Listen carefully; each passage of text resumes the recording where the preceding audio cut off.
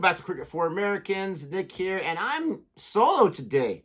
I do go solo from time to time, but not for a while. Gabe is actually at work. I was able to get a day off here, and I wanted to get a video recorded for CFA Nation, but also because this fantastic Patreon request came in, and I couldn't wait. I'm not going to wait for him. Sorry, Gabe, you're going to miss out on this. You have to watch this like everyone else. This is a video from 6 and Out YouTube channel.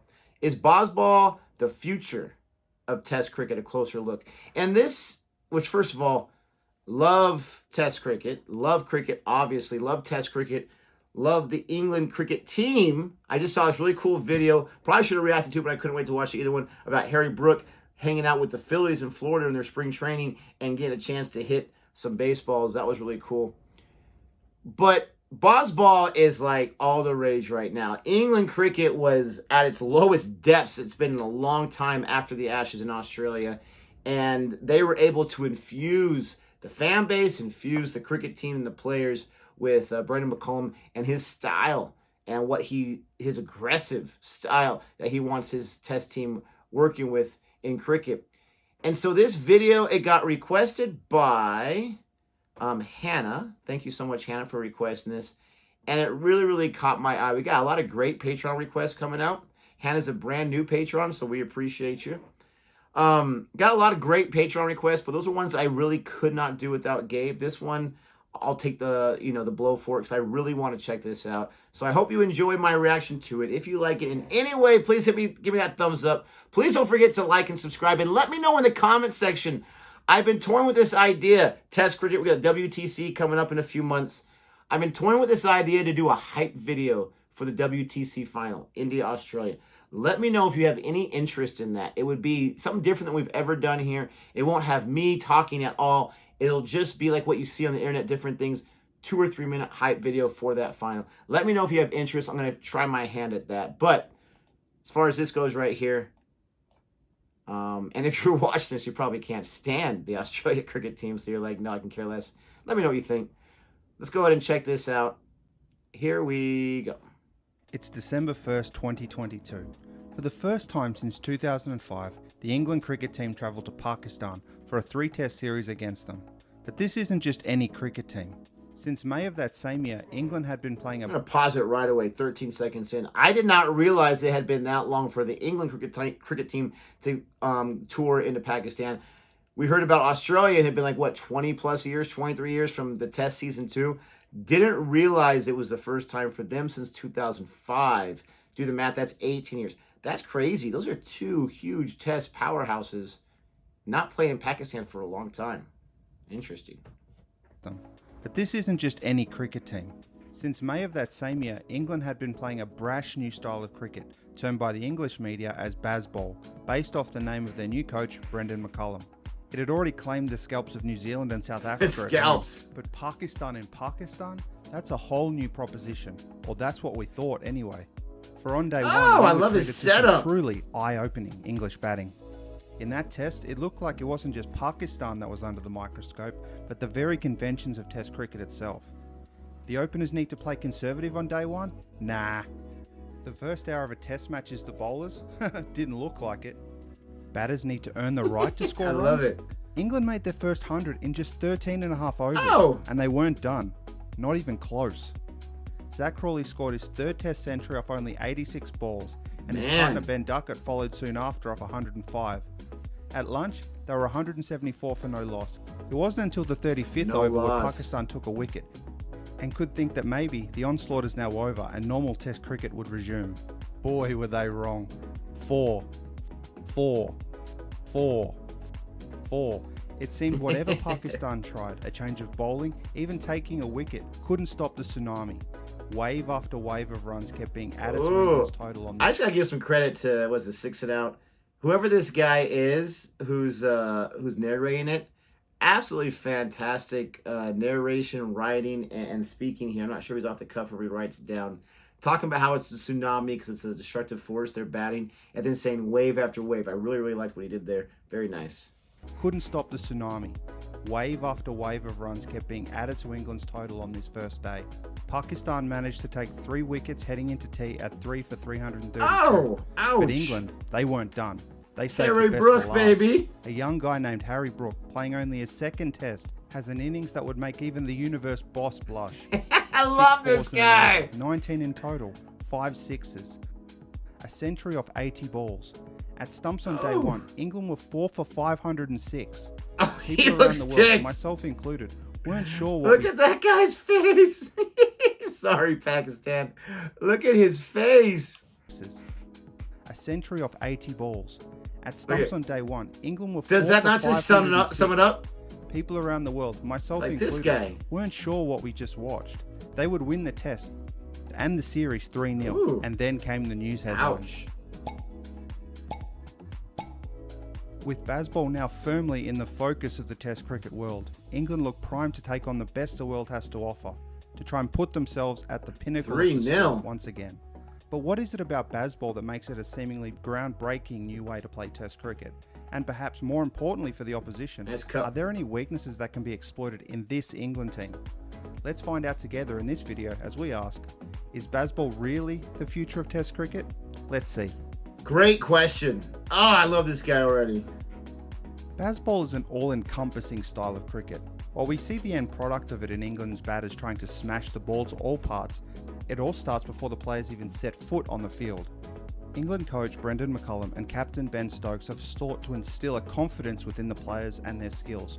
That what this team is about is going out, following your instincts and not worrying so much about the consequences. This lack of a fear of that is such an interesting concept in cricket, in Test cricket, because if you don't know about me, I'm still newish to cricket, 3, maybe 4 years. I think it's been 3 years now. And so it took some time to understand the mentality behind Test cricket. You know, take your time. You got plenty of time. And I always, because I love seeing runs scored, I love the batting. I'm like, no, push it, push it, push it. So it is such an interesting concept. It's flipping it upside down, Bazball, in its truer sense. And the way he described it there is absolutely top notch. It's exactly what it is. Okay. Out following your instincts, not and not worrying so about the much consequences. That line right there. This lack of a fear of failure is coupled with teammates being praised for playing with a positive intent, even if it doesn't always pay off. Yeah. With positive intent comes positive action and hopefully positive outcomes.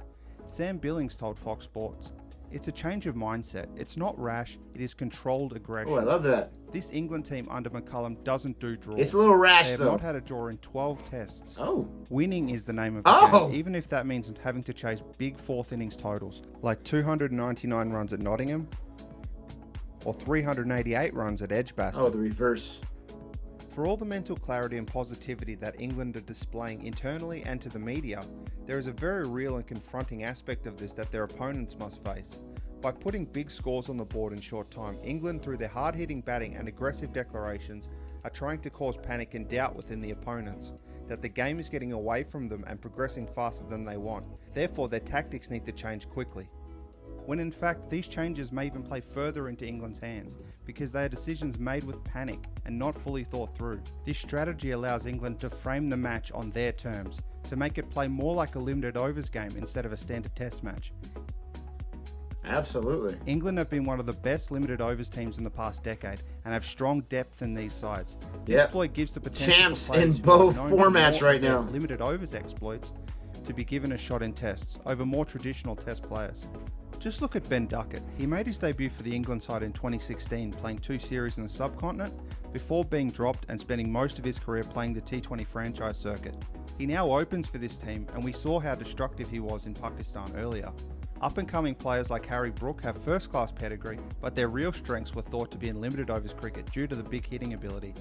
He fitted right into this England middle order with one of the best starts to an international cricket career in history. Absolutely. 4 centuries and 3 50s in 6 tests with an average of 80.9 Oh! runs. Even Johnny Bairstow, who never seemed to find the right spot in the English test side that is as true. a dedicated batter or keeper, Bairstow scored 4 centuries under McCullum before a freak golf accident put him on the sideline. He will likely be straight back into the squad when he's fully fit.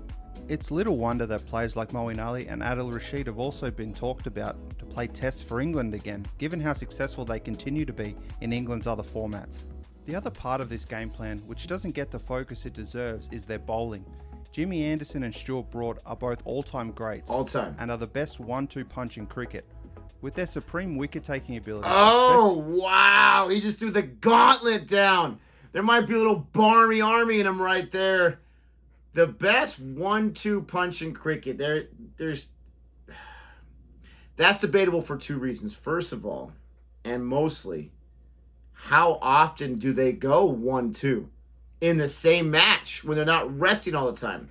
Now, maybe not under Brendan McCullum, but traditionally the last several years. And two, I mean, Australia's going to say, well, we got Stark and Cummins, or Cummins and Hazelwood, or Stark and Hazelwood, however you want to put that, right? India, when healthy, you're going to Bumrah and Shami, if you're talking about Pacers right now. Who am I forgetting? You know, you got Pakistan with Afridi, and, I mean, who else do you want to throw in there, right? I can't think of another one that's top of the line like Shaheen is. But I mean, you got New Zealand, Southie, and I mean, who would you put in there? Oh my gosh, what is the name of the guy who plays in the IPL? I can't think of his name right now. Drawing a blank. Gabe loves this guy, but that's very, very debatable. And I did a horrible job of coming up with the names, but you know what I'm talking about right there. Lockie Ferguson. And are the best 1-2 punch in cricket. With their supreme wicket-taking abilities, especially with the new ball, England are able to put the batting team under pressure from ball one to continue the momentum they create with the bat. Behind them is Ollie Robinson, a player who will likely succeed Anderson and Broad as the spearhead of the England side when they retire. Chris Wokes! Ben Stokes, who can be relied upon to bowl overs when the ball is dead, and Jack Leach, a gutsy spin bowler who I've made a video about previously. There's a link on the screen now if you want to check that out. Special mention also to Joe Root, who is more than a handy off-spinner, who to this day still doesn't bowl as much overs as he should. And Ben Stokes is a captain who is constantly talking to his bowlers and tinkering with the fields to keep the batters guessing and on their toes. Complete dominance is the name of the game with Bazball. Dominate with the bat, dominate the pace of the game, dominate with the ball, and not give the opposition enough time to know that was one-handed. All with the smile and laughter of a team that appear mentally free from the mental hang-ups and worries of professional cricket. So far the video has been quite positive about England's game plan, and rightfully so. Their record speaks for itself. But that's not to say that there aren't some vulnerabilities that a quality team might be able to exploit. I appreciate that he's looking at both sides here. And that's what we will cover in the second part of this topic, which will be the next video released on this channel.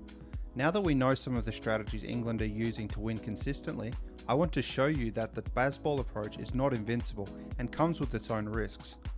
While this current England side has been largely successful to date, as I write this, it is about to embark on its biggest challenges over the next 12 months. And we will discuss how the might of Australia and India might push the Bazball approach to its limits, even to its breaking point. That's when you can decide whether Bazball really is the future of Test cricket or not. The choice will be yours. Two needed here for England. Flick down the left side! Flick down the outside, he's got on! Can you believe I was watching this live.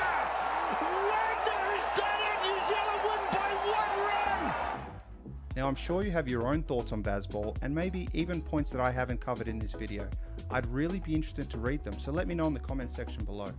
And if you like this video, please leave a thumbs up and consider subscribing because there's more content on the way.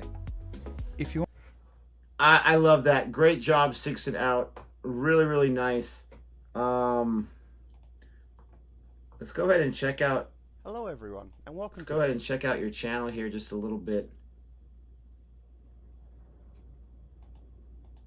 Got videos here. Bye, Ted. That's one I just watched. So, he's got 138,000 on 5 tests to Scott Boland. Nice. Maybe check that one out. Who knows? So, a very new channel here indeed. Let me know what you think about his channel first and foremost. And what you think. I'm assuming he's an England cricket fan, but again, I could be wrong. He has the second part of this video uploaded a couple days ago. Let me know if you want me to react to that. I know you can watch it your own, and hopefully you support this guy's channel. I'm going to go ahead and subscribe to his channel. But let me know if you want me to react to it and to give my thoughts. We can get Gabe in here hopefully that time, and he can give his thoughts as well.